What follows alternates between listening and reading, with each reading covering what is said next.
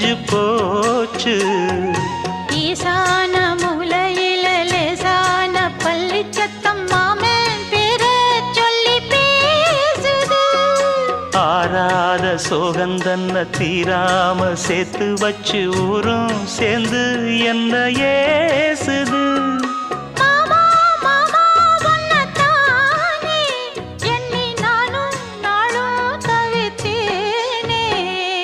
கூண்டுக்குள்ள என்ன வச்சு கூடி நின்ன ஊரை விட்டு கூண்டுக்குள்ள போனதென்ன கோலக்கிளியே.